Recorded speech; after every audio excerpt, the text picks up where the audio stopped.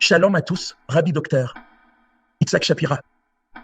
Ces dernières semaines, je ne vous ai pas publié de vidéo prophétique. Non pas que je n'avais rien à dire, mais parce que je voulais attendre une parole claire et un signe clair du Seigneur. Au cours du mois écoulé, j'ai eu l'occasion de me rendre en Chine. Et juste avant mon départ, le Seigneur m'a parlé et m'a dit de donner ce message. C'est pourquoi, dès mon retour ici, je veux partager cette parole avec vous, surtout maintenant, juste avant Purim. Mes amis, ce message est lié à la parole du livre de l'Apocalypse, chapitre 6. Merci de partager cette vidéo, de l'aimer et de lire les livres La chute d'Édom, Le nouveau Hamas, l'ADN juif de Romains 11. Il y a ici quelque chose que nous devons tous entendre en ces jours. Écoutez le passage du livre de l'Apocalypse, chapitre 6. Il est écrit, et je cite, « Quand il ouvrit le deuxième sceau, j'entendis le deuxième être vivant dire, « Viens !» Et un autre cheval, rouge feu, apparut. Celui qui le montait reçut le pouvoir d'enlever la paix de la terre afin que les hommes s'entretuent. Et une grande épée lui fut donnée. De qui parle-t-on et quelle est l'époque du cheval rouge ? Tout d'abord, laissez-moi vous dire que pendant que vous regardez cette vidéo, la Chine célèbre pendant une semaine entière l'entrée dans une nouvelle année. Et comment s'appelle cette année ? L'année du cheval de feu ou cheval rouge feu. Je voudrais vous suggérer aujourd'hui que la raison pour laquelle la Chine est entrée dans l'année du cheval rouge, c'est à cause de ce qui se passe au Moyen-Orient, en particulier entre les États-Unis et l'Iran. N'est-ce pas une coïncidence ? Le timing est parfait, comme je vais vous le montrer aujourd'hui en citant les paroles exactes de nos rabbins. Tout d'abord, comprenons ce qu'est l'année du cheval rouge et ce que représente le cheval rouge. Il est dit ceci, lorsque vous voyez un cheval blanc dans un rêve, que le cheval blanc marche ou qu'il galope, c'est un bon présage. Lorsque vous voyez marcher un cheval rouge, c'est un bon présage, mais lorsqu'on voit le cheval rouge courir, c'est le signe de terribles choses à venir. Vous voyez, la Guémara dans Berakot 56b continue de nous expliquer quelque chose de très important. En poursuivant avec le Malbim et le Radak, je cite, « Il est dit que le cheval représente la guerre. » Et nous voyons ici l'image d'un cheval qui se prépare pour la guerre.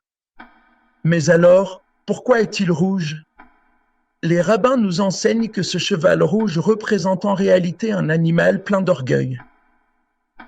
Et lorsque nous voyons cette couleur rouge, c'est parce qu'il est ensanglanté pour le jour du grand carnage et du grand massacre. Que représente le cheval rouge ? Le cheval rouge dans Apocalypse 6, versets 3 et 4, représente le deuxième cavalier de l'Apocalypse.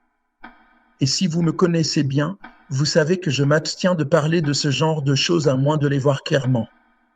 Maintenant, je vois clairement que cela nous parle d'une guerre généralisée. Avez-vous écouté ce qu'a dit l'Iran ? L'Iran a dit que s'ils étaient attaqués, cela déclencherait une guerre mondiale, une guerre régionale et mondiale. Mes amis, le moment est venu. Dans un instant, vous verrez le lien entre ces choses. Cela parle d'un énorme carnage. Et pendant que vous regardez cette vidéo, la Chine est entrée dans l'année du cheval de feu. C'est un signe pour nous. Le cheval rouge est un symbole de guerre. Il représente un bain de sang. Il représente la violence.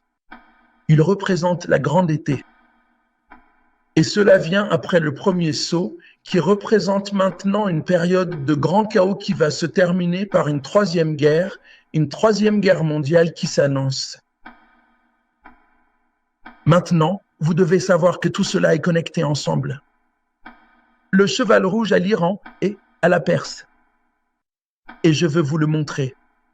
Allons rapidement dans le livre de Zacharie, chapitre 1, verset 8, et vous verrez le lien avec ce qui se passe actuellement dans le monde. Lisons, je regardais pendant la nuit. Voici, un homme était monté sur un cheval rouge et se tenait parmi les myrtes qui se trouvaient dans un creux. Il y avait derrière lui des chevaux rouges, bais et blancs. Je voudrais porter votre attention sur certains éléments particuliers pour décrypter cette prophétie glaçante. Cela se passe dans l'année du cheval rouge qui commence maintenant. Premièrement, le prophète Zacharie nous dit qu'il a vu ce mot, Raïti, en hébreu, qui est très important. Et remarquez qu'il se tient parmi les myrtes. Les myrtes nous parlent de qui? C'est important. Et pourquoi y a-t-il des chevaux rouges et des chevaux blancs? Les rabbins expliquent que les chevaux rouges et les chevaux blancs symbolisent la séparation des brebis et des boucs. Les chevaux blancs sont ceux qui recherchent le shalom et la paix, et les chevaux rouges représentent des entités démoniaques.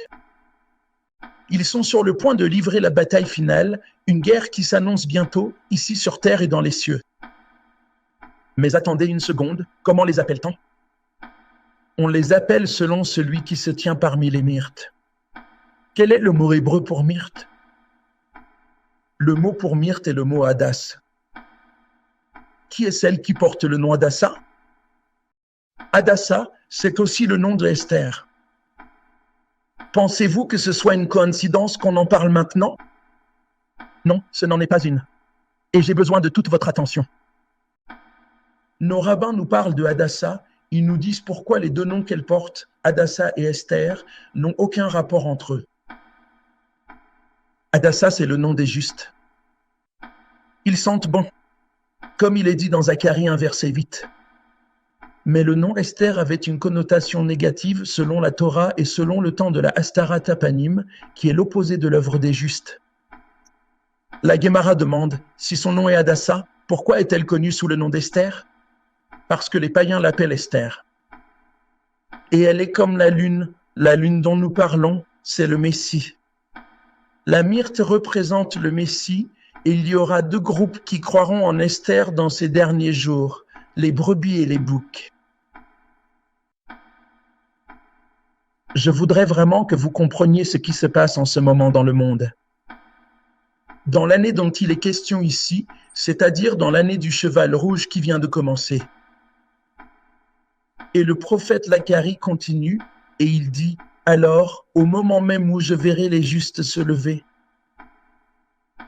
je verrai un homme qui se tient parmi les myrtes, les Hadassim. » Pourquoi? Parce qu'ils auront l'ADN de Hadassa, ils auront l'ADN du Messie. L'homme qui se tenait parmi les myrtes a pris la parole et a dit « Ce sont ceux que l'Éternel a envoyés pour parcourir la terre. » Ils se sont adressés à l'ange de l'Éternel qui se tenait parmi les myrtes et ont dit « Nous avons parcouru la terre et nous avons vu que toute la terre est tranquille, en paix. Nous devons comprendre que ce sera Hadassa, le Mashiach, qui se tiendra entre les justes et les méchants au temps du cheval rouge, qui, comme je vais vous le prouver, est une période où une guerre avec la Perse éclatera. Au cas où vous vous demanderiez ce qui va se passer à la fin de cette épreuve entre les États-Unis d'Amérique et la Perse, l'Iran, il va y avoir une guerre. Et je ne serais pas surpris, bien que je reste très prudent, si cela avait lieu autour de la période de Purim. Le timing est parfaitement respecté. Nos rabbins poursuivent leurs commentaires sur Zacharie 11 et ils disent « L'ange de l'Éternel qui se tient parmi les myrtes signifie qu'il se tient parmi les justes de cette génération pour les garder, pour protéger tout Israël. Il se tient debout et protège les autres Hadassim, les myrtes, les justes. Ceux qui sont justes seront protégés. Maintenant, vous souvenez-vous de ce que je vous ai dit au tout début? Le prophète Zacharie a dit ceci, je regardais, j'ai eu une vision, mais de qui parle-t-il exactement? Et aujourd'hui, Ibn Ezra nous a révélé l'effrayante prophétie.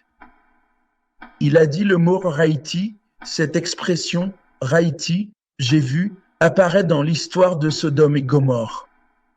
Il est écrit Vael Raïti Vael Rushneya Malaraim Stoma, et les deux Malarim sont allés à Sodome.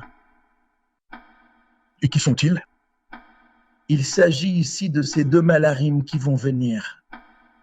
Il s'agit peut-être de ces deux témoins qui viendront pour combattre le prince de la Perse. Incroyable! Voilà ce que les rabbins nous disent lors de l'apparition des montures rouges, l'année du cheval rouge dans laquelle nous venons d'entrer. Aujourd'hui, cette semaine, c'est l'année où le prince Michael combattra la Perse. Nous devons comprendre cela. Nous venons tout juste de recevoir le signal que cet homme mentionné ici dans Zacharie 1, verset 10, l'homme qui se tient parmi les myrtes, qui combat, qui sépare les brebis des boucs, cet homme va combattre le cavalier du cheval rouge, celui qui se trouve derrière Satan lui-même. Et qui est cet homme? Celui qui se tient dans le rouge, qui se tient debout, qui combat à l'intérieur du rouge, qui lutte contre Satan. La réponse nous est donnée dans Esther 2, verset 5, et je vous lis ceci. Il y avait dans Suse, la capitale, un juif nommé Mardoché, fils de Jaïr, fils de Shimei, fils de Ki, homme de Benjamin. Où vivait-il? Il habitait à Suse, en hébreu Shushan. Que signifie Shoshana en hébreu? Shoshana est une rose. Quelle est la couleur de la rose? La couleur de la rose est rouge. Frères et sœurs, Esther 2, verset 5 parle de la venue du Mashiach. Ce qui nous conduit à Zacharie 1, verset 10, qui nous parle de celui qui apportera la paix au monde entier durant l'année du cheval rouge. Voilà devant quoi nous nous trouvons. Frères et sœurs, nous venons de recevoir un signe qui vient de ce mot hébreu que l'on trouve ici même au début de Zacharie 1, verset 8, le mot Raïti. Il y en aura deux qui viendront, ce qui nous conduira à la bataille finale. Ils viennent pour combattre la Perse. D'accord? Cela nous conduira à la bataille ultime de Mashiach contre le prince, les Sarim de la Perse. Nous venons de recevoir cette parole. Que devons-nous donc faire? Préparez-vous à la guerre. Elle arrive. Préparons notre cœur et puissions-nous être de ceux qui s'associent à Esther, Hadassah, afin que le Mashiach ben David nous protège. Qui va-t-il protéger? Tous ceux et celles qui ressemblent au Hadassim. Ben David défendra ceux qui ressemblent. À Ben Yosef, vous suivez? Ceux qui ressemblent à Yeshua seront protégés car Ben David n'est pas loin de nous. La guerre contre la Perse, contre l'Iran, n'est qu'une question de temps. La prophétie est décodée. Merci de partager cette vidéo. Les gens doivent voir cette prophétie stupéfiante et envisager de lire La chute d'Édom, Le nouveau Hamas et les autres livres. Que Dieu vous bénisse. Continuez à prier pendant que je vous transmets ces révélations.